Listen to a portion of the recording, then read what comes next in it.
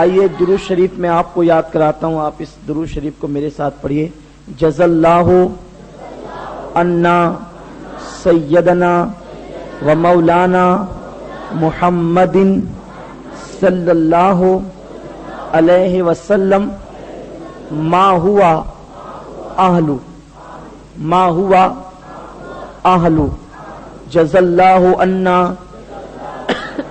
سیدنا و مولانا محمد صلی اللہ علیہ وسلم ما ہوا اہلو جزا اللہ عنا سیدنا و مولانا محمد صلی اللہ علیہ وسلم ما ہوا اہلو۔ اب اس درود شریف کی فضیلت میں یہ آتا ہے، حضرت علامہ جزولی رحمت اللہ تعالی علیہ جنہوں نے درود شریف کی ایک معتبر اور مستند کتاب لکھی جو بارگاہ رسالت میں مقبول ہے، رسول اعظم صلی اللہ علیہ وسلم کی بارگاہ میں بعض کتابیں مقبول ہیں اور اس کی اسناد جو ہے وہ اولیاء کرام سے ملتی ہے، تو علامہ جزولی رحمت اللہ علیہ کی کتاب دلائل الخیرات ہے، تو دلائل الخیرات میں اس درود شریف کو انہوں نے لکھا ہے اور فرماتے ہیں، حضرت انس ابن مالک رضی اللہ تعالیٰ عنہ سے روایت کرتے ہیں کہ جب کوئی بندہ مومن محبت کے ساتھ اس درود شریف کو ایک مرتبہ پڑھے گا تو 70,000 فرشتے، کتنے فرشتے؟ 70,000 فرشتے 70 سال تک اس کے لیے نیکیاں ہی لکھتے رہیں۔ ایک مرتبہ پڑھنے کی یہ فضیلت ہے، تو آپ دیکھیں کہ جب آپ کثرت سے پڑھیں گے تو اس کی کیا برکتیں ہوگی، اور کوئی چیز کا اگر ترجمہ یاد ہو جائے تو اس میں اور زیادہ دل لگتا ہے۔ اس کا ترجمہ یہ ہے، جزا اللہ عنا، اے اللہ اس کا بدلہ عطا فرما، جزا عطا فرما حضرت محمد صلی اللہ علیہ وسلم کو جس کے وہ حقدار ہیں، یعنی ہم سب کی طرف سے اللہ ہمارے حضور صلی اللہ علیہ وسلم کو جزائے خیر عطا فرما۔ کتنی عطا فرما؟ جس کے وہ حقدار ہیں، یعنی جیسا کہ ان کا حق ہے۔ تو اس درود شریف کو آپ یاد کریں اور کثرت کے ساتھ پڑھنے کی کوشش کریں۔ آپ حضرات یاد ہو گیا ہوگا ممکن ہے 3 مرتبہ پڑھنے سے، جزا اللہ عنا سیدنا و مولانا محمد صلی اللہ علیہ وسلم ما ہوا اہلو، جزا اللہ عنا سیدنا و مولانا محمد صلی اللہ علیہ وسلم ما ہوا اہلو، جزا اللہ عنا سیدنا و مولانا محمد صلی اللہ علیہ وسلم ما ہوا اہلو۔ جب سب مل کے ایک مرتبہ پڑھیے۔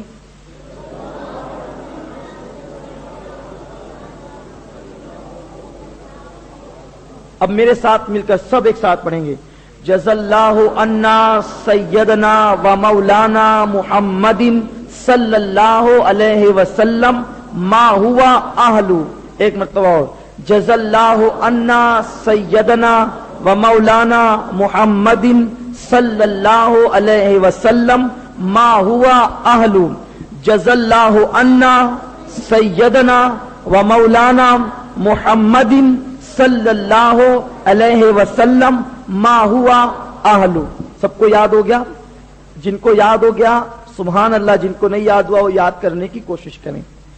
میرے پیارے آقا صلی اللہ تعالی علیہ وسلم کے پیارے دیوانوں، آج میں نے قرآن مقدسہ کی اس آیت کریمہ کی تلاوت کی ہے کہ جس آیت کریمہ سے مسلمان کا بچہ بچہ واقف ہے۔ میں نے آج آیت کریمہ کی تلاوت کی ہے، بسم اللہ الرحمن الرحیم، اللہ کے نام سے شروع جو نہایت مہربان اور غایت درجہ رحم والا ہے۔ یہ اس کا لفظی اور عرفی ترجمہ ہے۔ میرے پیارے آقا صلی اللہ تعالی علیہ وسلم کے پیارے دیوانوں، بسم اللہ شریف 19 حروف سے بنا ہے۔ کتنے حروف سے؟ 19 حروف سے بنا ہے، اور جہنم کے کل 19 دروازے ہیں۔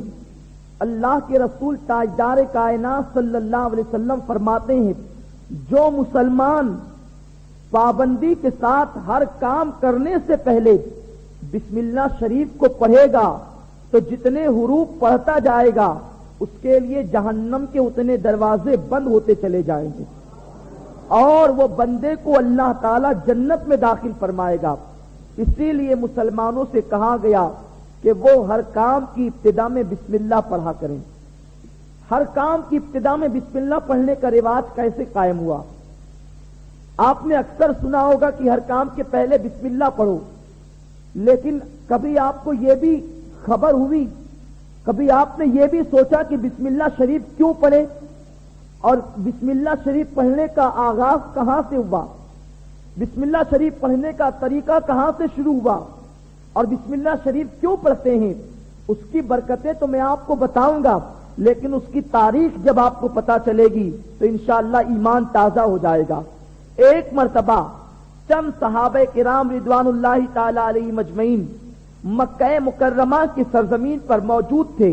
وہاں پر دیکھا کہ کفار جو ہے مشرکین کچھ کام کرتے ہیں تو کام کرنے سے پہلے وہ اپنے مخصوص بتوں کا نام لیتے ہیں.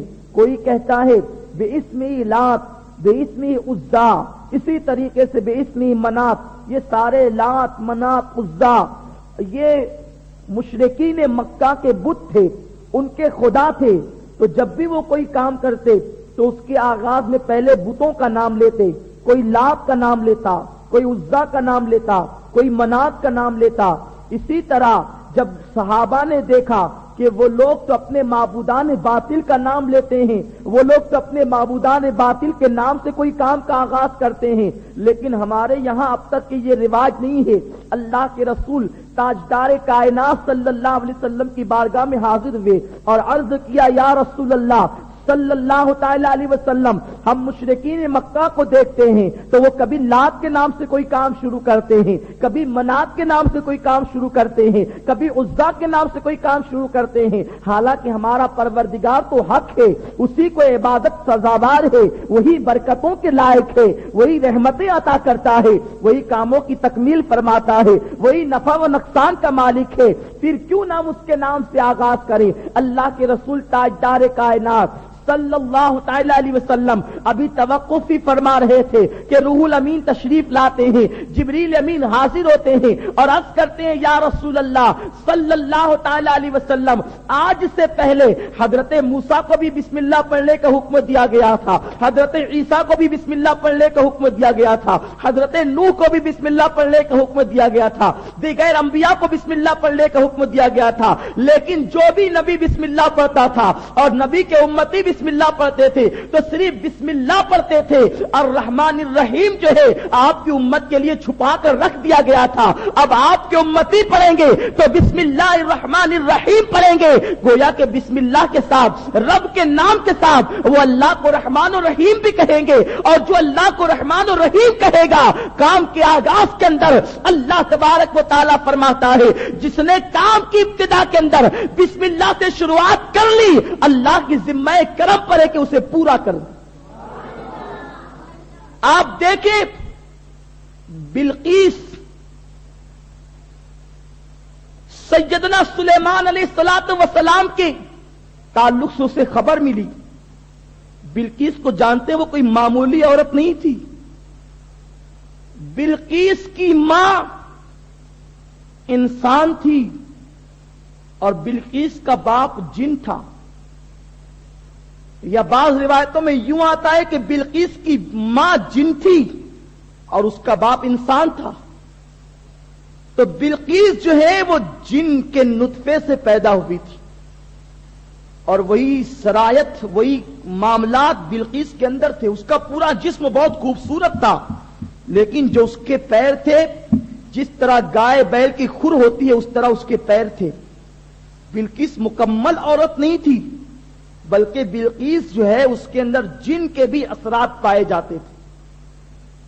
ہدہد نے جب بلقیس کو دیکھا اس کی شان و شوکت اور دبدبے کو دیکھا تو آ کر کے کہا اتنی شان کی مالک ایک ملکہ ہے، اس کو مسخر کرنا آسان بات نہیں ہے لیکن ہے بڑی خوبصورت اور اس کا محل اتنا شاندار ہے کہ میں نے آج تک نہیں دیکھا، اور آج بھی بلقیس کا محل قائم ہے، ضرور موجود ہے، لیکن بلقیس کے جو رہنے کی تاثیر تھی، بلقیس کے رہنے کا جو اثر تھا، اللہ اکبر، وہ آج بھی محل کے اندر نظر آتا ہے۔ کوئی بلقیس کے محل کے اندر جاتا ہے یا تو پاگل ہو جاتا ہے یا تو وہیں پر مر جاتا ہے۔ آج بھی بلقیس کے محل کی کوئی تاب نہیں لا سکتا۔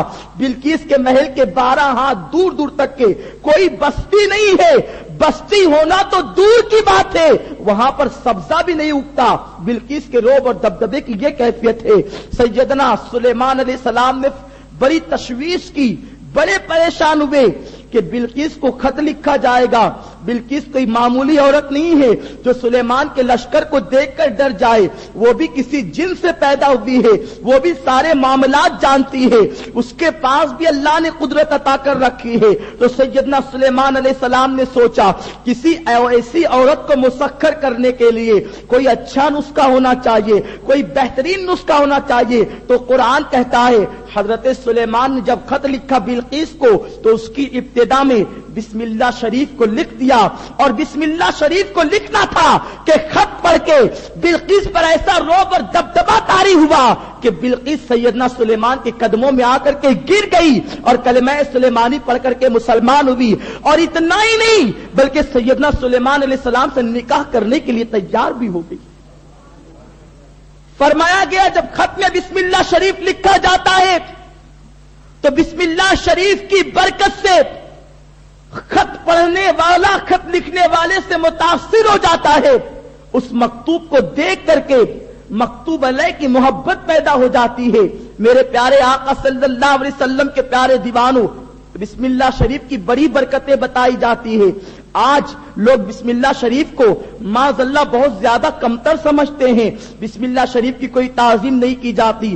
گھر کے شادی کارڈ پر اگر بسم اللہ شریف لکھا ہو لوگ پڑھتے ہیں، پڑھنے کے بعد زمین پر پھینک دیتے ہیں۔ میرے آقا صلی اللہ علیہ وسلم فرماتے ہیں وہ شخص اللہ کی رحمت سے دور ہے، وہ شخص ملعون ہے، وہ شخص قرآن اور حدیث کے فیوز و برکات سے محروم ہے جو بسم اللہ شریف کو دیکھ کر کے زمین پر پھینک دیتا ہے یا بسم اللہ کو زمین پر پڑا ہوا دیکھ کر کے آگے کو چل جاتا ہے۔ اگر بسم اللہ شریف زمین پر پڑا ہوا دیکھیں تو اس کو ضرور اٹھانے کی کوشش کریں، اس کو اٹھا کر کے تعظیم کے ساتھ رکھنے کی کوشش کریں، اس لیے کہ بسم اللہ شریف کیا ہے؟ بسم اللہ کے اندر 3 نام ہے، ایک نام تو اللہ کا، دوسرا نام اللہ کا صفاتی نام رحمان ہے، تیسرا نام اللہ کا رحیم ہے۔ یہ تینوں نام جس عبارت کے اندر جمع ہو، بھلا آپ دیکھو تو صحیح، اللہ تبارک و تعالیٰ کا ایک ذاتی نام اور 2 صفاتی نام موجود ہے۔ اس نام کی برکتیں کیا ہے؟ اللہ اکبر۔ فرمایا گیا اگر کسی کے یہاں پر کثرت کے ساتھ لڑائی جھگڑے ہوتے ہو، اسے چاہیے کہ وہ 786 مرتبہ بسم اللہ شریف پڑھ کر کے اپنے گھر کے مٹکے میں دم کر دے۔ انشاءاللہ تبارک و تعالی ابھی 40 دن بھی نہ گزریں گے کہ سارے گھر والے ایک دوسرے سے محبت کرنے لگیں گے، ایک دوسرے سے پیار کرنے لگیں گے۔ اسی طریقے سے آپ دیکھیں یہ بسم اللہ شریف ہے، یہ قرآن کی ابتدا میں پڑھا جاتا ہے، یہ ہر کام کی ابتدا میں پڑھا جاتا ہے۔ یہ کیوں پڑھا جاتا ہے؟ اللہ اکبر، رب تبارک و تعالیٰ کا مقدس نام ہے، اللہ عز و جل کے صفاتی نام ہے، اس کی برکتوں کی کیفیت کا اندازہ لگائیں۔ حضرت سیدنا علی کرم اللہ تعالی وجہ الکریم فرماتے ہیں کہ اگر علی بسم اللہ کے بے کے نیچے کی نقطے کی تفسیر اگر کرنا شروع کر دے تو ساری زندگی ختم ہو جائے، لیکن بے کے نقطے کی تفسیر ختم نہ ہو سکے، اس لیے کہ بے کے نقطے کے نیچے اللہ اکبر کائنات کا ہر راز چھپا ہوا ہے، کائنات کا ہر رموز چھپا ہوا ہے۔ میرے پیارے آقا صلی اللہ علیہ وسلم کے پیارے دیوانوں، صحابہ کرام رضوان اللہ تعالی علیہ مجمعین کو بسم اللہ شریف پر کتنا یقین تھا، کتنا اعتماد اور بھروسہ تھا کہ اللہ اکبر ایک یہودی خاتون سیدنا خالد بن ولید رضی اللہ تعالی کی بارگاہ میں حاضر ہوتی ہے اور عرض کرتی ہے خالد بن ولید میں تم سے سنتی رہتی ہوں کہ تم اسلام کو حق جانتے ہو اور ہمارے معبودان کو باطل کہتے ہو، برا بھلا کہتے ہو، یہ زہر قاتل لائی ہوں، ذرا اسے پی کر کے بتاؤ، اگر تم زندہ رہے تو میں سمجھ لوں گی تمہارا مذہب سچا ہے، اور اگر تم مر گئے تو تم باطل ہوئے۔ سیدنا خالد بن ولید نے مسکرا کر کے کچھ پڑھا اور زہر کو پی لیا.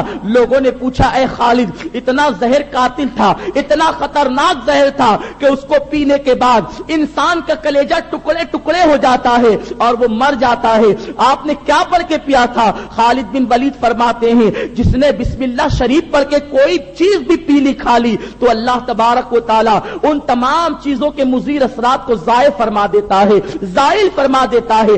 آج بسم اللہ شریف پر لوگ اعتماد نہیں کرتے, یقین نہیں کرتے, اس لیے بسم اللہ شریف کا وہ فائدہ ان کو نہیں مل پاتا, وہ فیض ان کو نہیں مل پاتا. کسی چیز کے فیض حاصل کرنے کے لیے اس پر یقین و اطمینان رکھنا ضروری ہے, اس پر اعتماد کامل رکھنا ضروری ہے. آپ دیکھو تو صحیح, اسی لیے قرآن مقدس کے اندر سورہ فاتحہ کے بعد جیسے قرآن کا آغاز ہوا, اللہ تبارک و تعالیٰ نے پہلے قرآن پر اعتماد رکھنے کے تعلق سے فرمایا قرآن تمہیں اسی وقت فائدہ دے گا جب تم قرآن پہ یقین رکھو گے, قرآن پر اعتماد رکھو گے.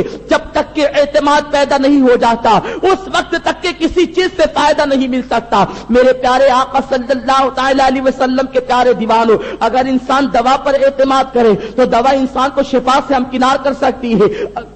اگر انسان اپنے کسی دوست پر یقین کرے اس کا دوست اسے مصیبت میں کام آتا نظر آتا ہے. لیکن آپ ذرا سوچو تو صحیح, بسم اللہ شریف جو اتنا عظیم تحفہ اللہ کی طرف سے ملا ہے, یہ اسم اعظم ہے. فرشتے بسم اللہ شریف پڑھتے ہیں تو عرش سے زمین پر اترتے ہیں, اور جب زمین سے آسمان کی طرف جانا چاہتے ہیں جب بھی بسم اللہ شریف پڑھتے ہیں بسم اللہ کی برکت سے آسمان پر چلے جاتے ہیں. یہ کوئی معمولی چیز نہیں ہے, اللہ کی عطا اپنے حبیب کے صدقے میں ہمیں دے دیا گیا ہے. آؤ میں آپ کو بتاؤں, آپ نے سنا ہوگا لیکن موضوع کی مناسبت سے کچھ باتیں عرض کر دوں تاکہ دل کا ایمان تازہ ہو جائے, دل کے اندر قرآن کی عظمتیں بیٹھ جائیں, بسم اللہ شریف کی برکتیں بیٹھ جائیں. ایک انسان تھا جو بصرہ کی سرزمین پر رہتا تھا, رات دن شراب کے اندر مست رہتا تھا. صبح ہوتی تھی تو میخانے میں صبح گزرتی تھی, شام ہوتی تھی تو میخانے میں گزرا کرتی تھی. ایک دن وہ شرابی انسان شراب کے نشے میں بدمست ہو کر کے, شراب کے نشے میں گم ہو کر کے میخانے سے نکلا اور اپنے گھر کو جانا چاہتا تھا. اس شخص نے کیا دیکھا, زمین پر بسم اللہ شریف لکھ کر کے نیچے پڑا ہوا ہے, ایک ٹکڑا کاغذ کا زمین پر ہے, اس پر بسم اللہ شریف لکھا ہے. وہ نشے کے اندر ڈول رہا تھا, اسے دنیا و مافیا کی کوئی خبر نہیں تھی. لیکن کبھی کبھی ایسا ہوتا ہے, رحمت خدا بہانہ می جوید, رحمت خدا بہا نمی جوید. ایسا کبھی نہیں ہوتا کہ رحمت خدا جو ہے وہ بہانہ تلاش کیے بغیر کچھ کر دیتی ہے, یا رحمت خدا بہانہ تلاش کرنے سے قاصر ہے. معاذ اللہ ایسا کبھی نہیں ہوتا, بلکہ اللہ کی رحمت ہمیشہ بہانہ تلاش کرتی ہے. لیکن بندے کو چند قدم چلنے کی ضرورت ہوتی ہے. اے سرکار کے دیوانوں, بزنس کرنے والا جب تک کہ اپنے گھر سے باہر نہیں نکلتا اسے بزنس میں ترقی نہیں ملتی, کاروبار میں کامیابی نہیں ملتی. تو جب ایک دنیا کا کاروبار بغیر کوشش کے بھی ہاتھ نہیں آتا تو اللہ کی رحمت بغیر کوشش کے کیسے ہاتھ آ سکتی ہے, بغیر محنت کے کیسے ہاتھ آ سکتی ہے. وہ انسان شراب کے نشے میں چور تھا, اس کی نگاہ کاغذ پر پڑی, اچانک ذہن کے اندر ایک سوال ابھرا, کیا یہ بسم اللہ شریف ہے؟ اس کے ضمیر نے کہا ہاں بسم اللہ شریف ہے. اس نے فوراً اٹھایا, اٹھانے کے بعد چلا, اور چلنے کے بعد عطار کی دکان پر پہنچا, عطر فروش کی دکان پر پہنچا. وہاں سے اس نے عطر خریدا اور بسم اللہ شریف کے کاغذ کے ٹکڑے پر عطر لگایا اور کہنے لگا اللہ کا نام, میرے پروردگار کا نام, اور زمین کے اوپر پڑا ہو جو اتنی عظمتوں والا ہو, جو اتنی بلندیوں والا ہو, جو اتنی برکتوں والا ہو, وہ زمین پر نہیں رہ سکتا بلکہ اس کا مقام تو اونچائی ہے, اس کا مقام تو بلندی ہے, اس کا مقام تو احترام و عزت ہے. اس کے بعد اس نے اٹھایا, سر پہ رکھا, اور سر پہ رکھنے کے بعد کسی اونچے مقام پر رکھ دیا. اب یہ کیفیت ہوئی تھی کہ وہ پھر شراب کے نشے میں مست ہو کر کے گھر چلا, گھر پہ دھوم دھام کی, گھر پہ لوگوں کو گالی گلوچ کی, اور واپس پھر میخانے کی طرف پلٹ آیا. جام پر جام چل رہے ہیں, شراب پر شراب پیا جا رہا ہے, لیکن تقدیر بدل چکی ہے, انداز بدل چکا ہے. ایک شرابی نے اللہ کے نام کو تعظیم کے ساتھ اوپر رکھا. ادھر اس زمانے کے بہت بڑے ولی تھے, ان کو اللہ تبارک و تعالیٰ کی طرف سے ندا آئی کہ جاؤ اور جا کر کے اس شرابی سے کہہ دو کہ اب تو شراب نہیں پیے گا بلکہ اب تو جام محبت پیے گا, جام عشق رسول پیے گا. اللہ تبارک و تعالیٰ کا نام تو نے زمین سے اٹھا کر کے اونچائی پر رکھ دیا, اللہ نے تیرے نام اعمال کو دھل کر کے مقام ولایت تجھے عطا کر دیا ہے. جا کر کے اسے کہہ دو. وہ بزرگ اٹھے اور اٹھنے کے بعد کہا کیا کوئی فلاں شخص شرابی بھی ولی ہو سکتا ہے؟ ولایت اتنی آسان چیز تو نہیں ہے کہ کسی دکان سے خرید لی جائے, ولایت اتنی آسان شے تو نہیں ہے کہ راتوں رات کسی کو ولی بنا دیا جائے. لیکن وہ شاید اس بات سے ناخبر ہوں گے کہ اللہ کی رحمت بہانہ تلاش کرتی ہے. وہ جسے چاہتا ہے اپنی دوستی عطا کر دیتا ہے, وہ جس سے چاہتا ہے مقام چھین لیتا ہے. وہ چاہے تو کسی کو اوج سرجا پر پہنچا دے, وہ چاہے تو کسی کو تحت الثری میں پہنچا دے, وہ چاہے تو کسی کو اپنا قرب عطا کر دے, وہ چاہے تو کسی سے اپنا قرب چھین لے. وہ مالک و مختار ہے, اس کے اختیار پر کسی کا قبضہ نہیں ہے. وہ جو چاہتا ہے کرتا ہے, وہ جیسے چاہتا ہے کرتا ہے. اس کا انداز بڑا نرالا ہوتا ہے. جس طریقے سے دنیا میں نرالا انداز ہے اس سے کہیں زیادہ اس کا انداز قیامت کے دن نرالا ہوگا. احادیث مبارکہ میں آیا ہے کہ ایک بندہ جہنم کی کیفیتوں سے دو چار ہوگا, اس کے نام اعمال میں ایک بھی نیکی نہیں ہوگی. اللہ فرمائے گا اسے جہنم میں لے کر کے جاؤ, فرشتوں سے کہے گا اسے جہنم میں لے کر کے جاؤ. ابھی فرشتے پکڑنے ہی جا رہے ہوں گے کہ وہ دوڑتا ہوا جہنم کی طرف بڑھے گا. فرشتے آواز دے کہیں گے رکو رکو. جہنم کا مطلب کیا سمجھے, جہنم کے معنی کیا سمجھے؟ کوئی نعمتوں کی جگہ ہے وہ کیا, کوئی برکتوں کی جگہ ہے وہ کیا, کوئی آرام کی جگہ ہے وہ کہے گا نہیں نہیں, وہ آگ ہے, بھیانک آگ ہے, وہاں سخت عذاب ہے, وہاں دردناک عذاب ہے. تو کہا رے پاگل دوڑتے کیوں جا رہے ہو, بھاگ کر کیوں جا رہے ہو, ہم لے کر کے چلتے ہیں. وہ دیوانہ کہے گا, وہ بندہ کہے گا دنیا کے اندر ہمیشہ اللہ کی نافرمانی کی, اللہ جو کہتا تھا اس کے خلاف کیا تو جہنم میں جا رہا ہوں. آج آخری حکم ملا ہے کہ جہنم میں لے کر کے جاؤ, تو میں یہ چاہتا ہوں کم از کم ایک حکم کی تو فرما برداری کر لوں تاکہ اور اللہ کے عذاب سے نہ دو چار کر دیا جاؤ. اللہ فرمائے گا بلاؤ, اسی حکم کی فرما برداری کے لیے ہم اسے جنت کا داخلہ عطا کرتے ہیں, اسے جنت میں داخل کرتے ہیں.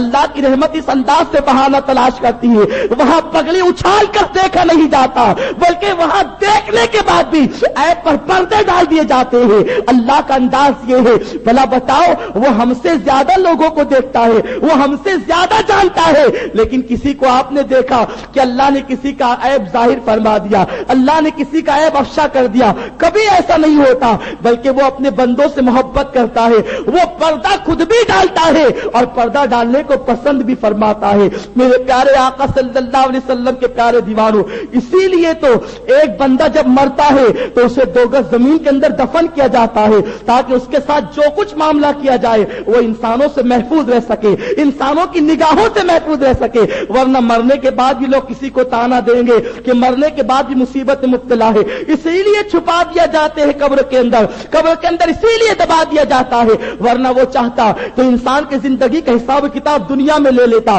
انسان سے دنیا میں پوچھ لیتا, اس کے لیے کوئی بڑی بات نہیں ہے. جیسے وہ قبر میں زندہ کر کے پوچھتا ہے اسی طرح وہ قبر سے پہلے بھی پوچھ سکتا تھا, لیکن قبر کے اندر اسی لیے ہے. امام عشق و محبت نے اسی لیے تو فرمایا ہے مجرم کو نہ شرماؤ, احباب کا فن ڈھک دو, منہ دیکھ کے کیا ہوگا, پردے میں بھلائی ہے. سنتے ہیں کہ محشر میں صرف ان کی رسائی ہے, جب ان کی رسائی ہے لو جب تو بنائی ہے. میرے پیارے آقا صلی اللہ علیہ وسلم کے پیارے دیوانوں, وہ بندے کے حوالے سے جب اس اللہ کے ولی کو بتایا گیا کہ اسے دوست بنا لیا گیا ہے, اسے دوستی کا مقام عطا کر دیا گیا ہے, تو انہوں نے سوچا یہ کیسے ہو سکتا ہے, یہ بات کیسے ہو سکتی ہے. پھر اس کے بعد انہوں نے توقف کیا اور توقف کرنے کے بعد وہ پھر دوبارہ سو گئے. جب سوئے تو پھر خواب میں آواز آئی کہ اے بندے جاؤ, جا کر کے اس سے کہہ تو دو کہ اللہ نے تجھے اپنا دوست بنا لیا ہے. لیکن پھر بھی نہیں کہا, سوچا کہ پتہ نہیں کیا معاملہ ہے. آخرکار تیسری مرتبہ آواز آئی, جا کر کہہ کیوں نہیں دیتے ہو, یہ تمہارے رب کا فرمان ہے, جا کر خوشخبری سنا دو. انہوں نے سوچا شاید دھوکہ ہو رہا ہے, چلو اٹھ کر کے نفل پڑھ لیتے ہیں, اٹھ کر کے نفل پڑھ لیتے ہیں. اللہ اکبر. جب وضو کر کے مسجد گئے تو دیکھا کہ ایک بندہ سجدے میں گریہ وزاری کر رہا ہے, اور اس کے گریہ وزاری کی کیفیت کو دیکھ کر کے مسجد کے در و دیوار رو رہے ہیں اور اس کی دعا پر آمین کہہ رہے ہیں. حیران ہو کر کے مسجد کا منظر الگ دیکھ کر کے پریشان ہوئے کہ کبھی ایسا نہیں ہوا, آج یہ کیسے ہو گیا. مسجد کا دروازہ روزانہ تہجد کے وقت میں کھولا کرتا تھا. آج شہر میں کون اللہ کا برگزیدہ بندہ آ گیا کہ اس نے مجھ سے پہلے مسجد میں داخل ہو کر کے مسجد کے دروازے کو کھول دیا.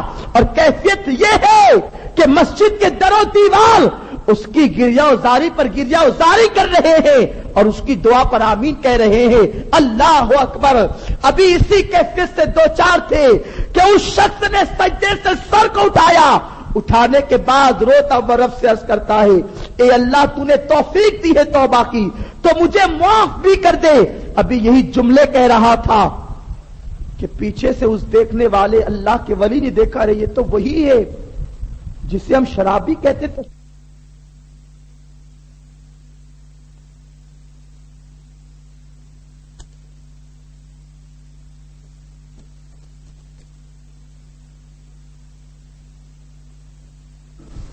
تم اب خوشخبری دینے کے لیے آئے ہو. اللہ نے تو یہ خوشخبری مجھے پہلے ہی عطا فرما دی. جب میں نے اس کا مبارک نام اٹھا کر کے رکھا, اسی رات میرا مولا میرے خواب میں آیا اور اس نے فرمایا کہ جا دنیا, تجھے ہم نے اپنا دوست بنا لیا. اللہ اکبر. اتنا سننا تھا. سننے کے بعد وہ بزرگ کہتے ہیں, ارے اے اللہ کے بندے, ذرا یہ تو بتا کہ تو اتنی جلدی مسجد میں آیا, اس خوشخبری کے تعلق سے بھی تو جانتا ہے, اور سن کہ کیا بات ہے کہ تو ان تمام خوشخبریوں کو جاننے کے بعد اتنا بڑا بزرگ اچانک بن گیا. تو وہ بزرگ جو پہلے شراب کے نشے میں مست رہتے تھے, انہوں نے کہا کہ میں تو تمہیں اتنا ہی سب بتانے کے بعد یہ بھی جانتا ہوں کہ تمہارا نام کیا ہے, تمہارے باپ کا نام کیا ہے, تمہارے دادا کا نام کیا ہے, تمہارے پردادا کا نام کیا ہے, تم کہاں پیدا ہوئے, کہاں رہتے ہو, ساری چیزیں جانتا ہوں. وہ اور بزرگ پریشان ہوئے, ارے ایک رات میں ولی بننے والا اتنا سب کچھ جان گیا, پوچھتے بتا تو صحیح اتنی معلومات تجھے کیسے ملی, تو رات دن شراب کے نشے میں مست رہتا تھا. ارشاد فرماتے ہیں, جس پروردگار نے تمہیں خواب میں بتایا ہے کہ اللہ نے میرے گناہوں کو معاف کر دیا, اسی پروردگار نے مجھے بتا دیا ہے کہ آنے والا فلاں ہے, اس کے باپ کا نام فلاں ہے, اس کے دادا کا نام فلاں ہے, وہ یہاں پیدا ہوا ہے, مجھے یہ سب کچھ بتا دیا گیا ہے. آپ اندازہ لگائیں کہ اس بزرگ کی یہ کیفیت ہوئی, شراب کے نشے میں مست رہ کر کے بسم اللہ شریف کی تعظیم کی, اللہ نے یہ مقام عطا فرمایا. اور وہ بزرگ کی کیفیت یہ ہوئی, غلبہ خشیت ربانی اتنا ہو گیا کہ انہوں نے اپنے پیر سے چپل نکالی تو زندگی کی آخری سانس تک کبھی چپل نہیں پہنی, ننگے پیر زمین پر چلتے رہے. لوگ پوچھتے آپ ننگے پیر کیوں چلتے ہیں, تو فرماتے تھے جس زمین کو میرے پروردگار نے بنایا ہو اس زمین پر چپل پہن کر غلام کیسے چل سکتا ہے. اللہ عز و جل نے اس بزرگ کا وہ مقام رکھا کہ جس راستے سے وہ گزر جاتے اس راستے میں کبھی جانور لید نہیں کرتے, کبھی پیشاب نہیں کرتے. اس کی وجہ یہ کہ کہیں اس بندے کے پیر خراب نہ ہو جائیں. وہ اللہ کی تعظیم کی بنیاد پر, رب کی تعظیم کی بنیاد پر کبھی چپل نہیں پہنتے. تو اللہ نے ان کے تعظیم کا یہ مقام رکھا کہ درندوں کو اور جانوروں کو یہ شعور عطا کر دیا کہ وہ ان کے راستے میں پیشاب و پاخانہ نہ کرے. دنیا اسی بزرگ کو حضرت سیدنا بشر حافی رحمت اللہ تعالی علیہ کے نام سے جانتی ہے, اس شرابی کو بشر حافی کے نام سے جانتی ہے. آپ اندازہ تو لگائیں, ایک اللہ کی آیت کی اتنی تعظیم کی, اللہ نے یہ مقام عطا فرمایا. اب بھلا بتاؤ جو قرآن مقدس کی مکمل تعظیم کرے, بسم اللہ شریف کو کثرت سے پڑھے, تو اللہ تعالیٰ اسے کیا مقام عطا فرمائے گا. حضرت سیدنا عمر ابن خطاب رضی اللہ تعالیٰ کی بارگاہ میں ایک مجوسی بادشاہ نے خط لکھا اور عرض کیا حضور سر میں بہت درد ہوتا ہے. سیدنا عمر نے ایک پرچہ لکھ کر کے دے دیا, ٹوپی اس میں ٹوپی میں پرچہ رکھ دیا, اس کا فرمایا جب بھی سر درد کرے ٹوپی پہن لینا. جب وہ ٹوپی پہنتے تو سر کا درد چلا جاتا, ٹوپی اتارتے تو پھر سر درد کرنے لگتا. اس نے پھر پوچھا حضور یہ ٹوپی کے اندر کیا خصوصیت ہے, پہنتا ہوں تو سر کا درد چلا جاتا ہے, اتارتا ہوں تو سر پھر درد کرتا ہے. فرماتے میں نے کچھ نہیں لکھا, صرف بسم اللہ الرحمن الرحیم لکھ دیا، اسی کی برکت سے تیرے سر کا درد چلا جاتا۔ پھر آج ایسا کیوں نہیں ہوتا؟ اب سوال یہ پیدا ہوتا ہے، بسم اللہ کی برکتیں اپنی جگہ، آج کیوں نہیں ہوتا؟ بسم اللہ پڑھ کر زمین کھودو تو اس میں سے پانی نکل آئے، بسم اللہ شریف پڑھ لو تو 60 فرشتے انسان کی حفاظت کے لیے آسمان سے زمین پر اتر آئیں، 60 فرشتے حفاظت کے لیے آ جائیں۔ یہ ساری برکتیں، لیکن آج ایسا کیوں نہیں ہوتا؟ بسم اللہ پڑھ کر اگر زیادہ مرچوں کا کھا لو تو قے ہونے لگتی ہے، دست آنے لگتے ہیں۔ یہ بسم اللہ شریف آج اثر انداز کیوں نہیں؟ بسم اللہ شریف کا اثر کیوں آج ہم پر ظاہر نہیں ہو رہا ہے؟ اب اس کی وجہ بتاؤں تو سمجھ میں آئے کہ بسم اللہ شریف کا اثر کیوں زائل ہو گیا۔ اللہ کے رسول صلی اللہ علیہ وسلم ارشاد فرماتے ہیں، اور اس روایت کو امیر سنی دعوت اسلامی برکات شریعت حصہ دوم میں نقل فرماتے ہیں کہ اللہ کے رسول تاجدار کائنات نے ارشاد فرمایا کہ میری امت وحی کی برکتوں سے محروم کر دی جائے گی، یعنی قرآن پڑھیں گے لیکن قرآن سے جو فائدہ صحابہ اور اولیاء اللہ کو پہنچا وہ فائدہ انہیں نہیں پہنچ سکے گا۔ صحابہ نے پوچھا یا رسول اللہ صلی اللہ علیہ وسلم اس کی وجہ کیا ہوگی؟ میرے آقا نے فرمایا اس کی وجہ صرف یہ ہوگی کہ وہ ایک دوسرے کو گالی گلوچ کرتے ہوں۔ جس نے ایک مرتبہ گالی دی اب اس کی زبان کی تاثیر ختم ہوگی، اب کبھی بھی قرآن اس کے زبان سے اسے فائدہ نہیں دے سکے گا، قرآن کی برکت سے وہ محروم ہو جائے گا اس وقت تک کہ جب تک کہ وہ گالی دینے والے سے معافی طلب نہ کر لے یا اللہ کی بارگاہ میں توبہ نہ کر لے۔ اب گالی کیا ہے؟ فرمایا گیا انسان کو مقام انسانیت سے ہٹا دینے کا نام گالی۔ جیسے مثال کے طور پر کسی نے کسی انسان کو کتا کہہ دیا، یہ لفظ کتا کہنا بھی گالی ہے۔ اتنا ہی نہیں، کسی کو اندھا کہہ دیا، او اندھے، اتنا کہہ دیا۔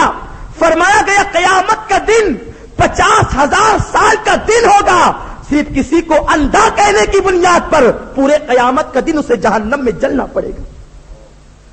کسی کو کہہ دیا فلاں بہرا ہے، او بہرے، اتنا کہنا اسے کل قیامت کے دن اللہ کے دیدار سے محروم کر دے گا۔ اس کی وجہ کیا ہے؟ اللہ نے انسان کو عروج و بلندی عطا فرمائی۔ کیسے بلندی عطا فرمائی؟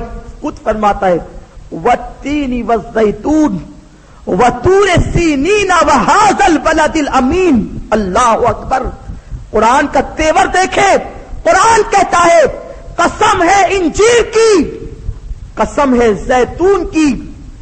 یہ زیتون اور انجیر جو ہے مفسرین فرماتے یہ دنیا کا زیتون اور انجیر نہیں ہے، بلکہ انجیر سے مراد جو اہل جنت کے لیے جنت میں درخت لگائے گئے ہیں، جن پر حوران جنت کا بسیرا ہے، اس انجیر کا تذکرہ کیا گیا ہے۔ اور زیتون سے مراد جس زیتون پر شہداء کی روحیں موجود ہے، اس سے مراد وہ ہے۔ کیا فرماتا ہے رب؟ انجیر کی قسم، زیتون کی قسم، وطور سینین، اور جس پہاڑ پر حضرت موسیٰ اللہ سے گفتگو کرتے تھے اس پہاڑ کی قسم۔ 3 قسمیں اللہ نے یاد کی۔ اللہ سادہ طور پر کہہ دیتا تب بھی کافی تھا، لا ریب فی، کوئی شک کی گنجائش تو نہیں تھی۔ پھر ایک قسم کھاتا، ایک قسم یاد فرماتا تو اور زیادہ بھاری بھرکم کلام تھا، لیکن ایک نہیں 3 قسم۔ اب یہ تیسری قسم کے بعد چوتھی قسم تو بڑی عجیب انداز سے کھائی جا رہی ہے، چوتھی قسم تو بڑے عجیب انداز سے اٹھائی جا رہی ہے۔ کہتا ہے قرآن وَهَذَا الْبَلَدِ الْأَمِينَ، اے محبوب جس شہر کو تمہارے قدم لگے ہیں اس شہر کی قسم، یعنی مکے کی قسم، امن والے شہر کی قسم۔ 4 قسمیں یاد فرمائی اس کے بعد فرماتا ہے لقد خلقنا الانسان فی احسن تقویم. 4 مرتبہ قسم یاد فرمانے کے بعد کہتا ہے انسان کو ہم نے سب سے زیادہ خوبصورت بنایا. اب جسے اللہ نے خوبصورت بنایا، اپنی قدرت کا شاہکار بنایا، اسے کتا اور اندھا کہہ دو، یہ اللہ کب گوارا کر سکتا؟ اسی لیے اتنا بڑے جرم کی سزا اللہ نے یہ رکھی ہے. آج قرآن کی برکتوں سے محروم ہو گئے. اس کی وجہ یہ ہے کہ مسلمان دوسرے مسلمان کو گالی دیتا نظر آ رہا ہے، دل کو تکلیف پہنچاتا نظر آ رہا ہے. 1000 مرتبہ کسی بے نمازی کی نمازوں کو اللہ تبارک و تعالی معاف تو کر سکتا ہے، لیکن 1 مرتبہ کسی مسلمان کو کتا اور کمینہ کہہ دیا تو اللہ کو یہ گوارا نہیں ہے. قیامت کے دن ہزاروں بے نمازی بخش دیے جائیں گے، لیکن مسلمان کو گالی دینے والا کبھی بخشا نہیں جائے گا، یہاں تک کہ جسے گالی دی گئی ہے وہ معاف نہ کرے. آج ہمارے معاشرے کو اس کی ضرورت ہے، ورنہ قوم مسلم کی زبان اللہ کے نزدیک اتنی اہمیتوں کی حامل ہے کہ اگر ایک مسلمان پوری امت کے لیے نجات کی دعا کر دے تو اللہ اس کی دعا کو قبول فرما لے. لوگ بڑے شد و مت سے یہ روایت بیان کرتے ہیں کہ حضرت سیدنا عمر، حضرت سیدنا علی اویس قرنی کے پاس گئے دعا کرانے کے لیے، اور حضور نے بھی اویس قرنی کی دعا کی تصدیق کی کہ اویس جس کے لیے دعا کریں گے اللہ ان کی دعا قبول فرمائے گا. کیوں؟ کبھی آپ نے غور کیا؟ حضرت اویس قرنی سے بہتر اور بدرجہ بہتر صحابہ کی ذات تھی، جنہوں نے رسول کو دیکھا. ان سے زیادہ مستجاب الدعوات کون ہو سکتا ہے؟ لیکن اویس قرنی کی دعا کی یہ تاثیر کیوں بتائی گئی؟ اویس قرنی کا یہ درجہ کیوں بتایا گیا؟ اس کی وجہ یہ تھی کہ سیدنا اویس قرنی نے اپنی ماں کے علاوہ کبھی کسی سے بات نہیں کیا، اور پھر ماں سے بھی جب گفتگو کرتے تو حسب ضرورت گفتگو کرتے. اگر آپ کی زبان سے اگر کچھ جملہ نکلتا علاوہ ماں کے کچھ نہیں نکلتا، اس کے بعد اگر کچھ نکلتا تو اللہ کا ذکر نکلتا. روایتوں میں آتا ہے کہ آپ نے کبھی اپنی زبان سے جانور کو تک کتا نہیں کہا، جس جانور کا نام کتا ہے اسے تک کتا نہیں کہا. فرماتے تھے کہ اگر سبحان اللہ، جب آپ کھانے کی چیز تلاش کرتے تو آپ اکثر دیکھتے ہوں گے کہ کچرا دان بنا ہوتا ہے عام طور پہ، جہاں لوگ کچھ کا کچھ لا کر کے پھینکتے ہیں. تو سیدنا اویس قرنی کچرے کی کنڈی پر جاتے، اور وہاں جانے کے بعد لوگ جو کھجور کھا کر کے اس کی گٹلیوں کو پھینکتے، اس کو اٹھاتے چنتے. تو عام طور پہ کچرے کی جگہ پر کتے کچھ نہ کچھ چر رہے ہوتے، تو کتے اویس قرنی پر بھونکتے. تو فرماتے ارے نادانو بھونکتے کیوں ہو؟ تمہارا حصہ لے کر کے کھاؤ، میں اپنا حصہ لے کر کھاؤں گا. لیکن ان کتوں کو جھلکتے نہیں، ان کتوں کو کبھی ہم نہیں کہتے، ہکالتے نہیں، بلکہ یوں فرماتے کہ تم اپنے حصے کا لے لو، مجھے اپنا حصہ لینے دو، بھوکتے کیوں؟ جو اویس قرنی اپنی زبان کی اتنی حفاظت کرتے ہو، یہی وجہ تو تھی کہ اللہ کے رسول نے فرمایا اگر اویس پوری امت کے لیے دعا کر دیں گے تو اللہ ان کی دعا کو قبول فرما لے گا. اس لیے کہ انہوں نے اپنی زبان سے کسی کو کچھ نہیں کہا، حتیٰ کہ جانور کو بھی نہیں اکالا. تو جب انسان قرآن کے فیوز و برکات سے مالا مال ہونا چاہیں تو اسے اس مقام پر پہنچنا پڑتا ہے. آج ہماری زبانیں آوارہ ہو گئی، ہماری نگاہیں آوارہ ہو گئی، ہمارا وجود آوارہ ہو گیا. کتنے ایسے کام ہیں جو ہم اللہ کی رضا کے لیے کرتے ہیں، ہر کام تو اللہ کو ناراضگی کا ہوتا ہے. بیٹھے بٹھائے اتنے گناہ مول لیتے ہیں، اتنے گناہ مول لیتے ہیں جس کی حد نہیں. آپ کو پتا ہے جہنم میں کون کیوں جائے گا؟ میرے آقا فرماتے ہیں جس کا مفہوم ہے کل قیامت کے دن ایک بندے کو جہنم میں جانا پڑے گا. پوچھا کیوں جانا پڑے گا؟ فرمایا اس کے پاس نماز بھی ہوگی، روزہ بھی ہوگا، حج بھی ہوگا، زکات، سارے اعمال ہوں گے، لیکن اس نے کسی کے پیٹ پیچھے یہ کہہ دیا ہوگا کہ فلاں تو چھوٹا کرتا پہنتا ہے. کیا کہہ دیا؟ فلاں تو چھوٹا کرتا پہنتا ہے، بس اس کی بنیاد پر اسے جہنم میں ڈالا جائے. آپ ذرا اندازہ لگائیں کہ آج معاشرہ کس طرف جا رہا ہے، معاشرہ کہاں پہنچ رہا ہے، اور قرآن اور اللہ کا دین ہم سے کیا مطالبہ کر رہا ہے. اسی لیے تحریک سنی دعوت اسلامی یہ چاہتی ہے کہ وجود کا صحیح استعمال اللہ کے بندوں کو سکھا دیا جائے، اور یہ ہمارے اختیار میں ہے. انسان چاہے تو نیکیاں کرے، اس کے اختیار میں ہے. انسان چاہے تو گناہ کرے، اس کے اختیار میں ہے. نیکی کی نیت کرو گے خوب نیکی کرو گے، گناہ کی نیت کرو گے خوب گناہ کرو گے. اللہ نے یہ اختیار ہمیں دے دیا ہے، نہ ہمیں اتنا مجبور کر دیا کہ مردہ بدست زندہ، اور نہ اتنا اختیار دے دیا کہ جو چاہو کرو، بلکہ ہمیں اختیار بھی دیا ہے، ہمیں مقید بھی کیا ہے.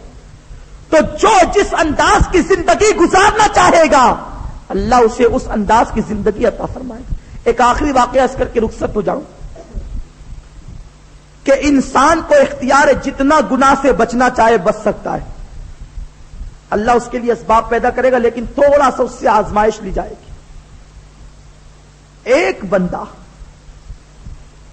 5 وقت کی نماز کثرت کے ساتھ جماعت کے ساتھ پابندی سے مسجد میں ادا کرتے تھے. اب آنے جانے کا ایک ہی راستہ تھا. وہ نوجوان جب بچپن سے نماز پڑھتے تھے تو نماز کی برکت سے فرمایا گیا جو 5 وقت نماز پابندی سے پڑھے، یعنی جو نمازی ہو. اب نمازی کس سے کہتے ہیں؟ فرمایا گیا جو ایک وقت کی نماز بھی جان بوجھ کر چھوڑ دے اور اس پر توبہ نہ کرے تو وہ نمازی نہیں. یعنی آپ نے 10 سال تک کے مسلسل پابندی سے 5 وقت کی نماز ادا کی، 10 سال کے بعد جان بوجھ کر ایک دن کی نماز چھوڑ دی، تو شرع کی نظر میں اب آپ نمازی نہیں رہے. جب تک کہ توبہ کر کے اللہ کو نہ منا لے. تو بندہ جب نمازی بنتا ہے جب وہ نماز پڑھتا ہے، نماز کی پابندی کرتا ہے، تو اللہ تعالیٰ اپنے نور کی برکتیں اس کے دل پر القا فرماتا. اللہ کا نور اس کے دل پر نازل ہوتا ہے، اور نتیجہ یہ ہوتا ہے کہ اس کا چہرہ کھل اٹھتا ہے، چمک اٹھتا ہے. اور جب نماز کی وجہ سے اس کا چہرہ منور ہوتا ہے، اس کا چہرہ جگمگاتا ہے، تو کائنات کی ہر شے اس سے محبت کرنے لگتی ہے. چرند پرند درند ہر شے اس سے محبت کرتی.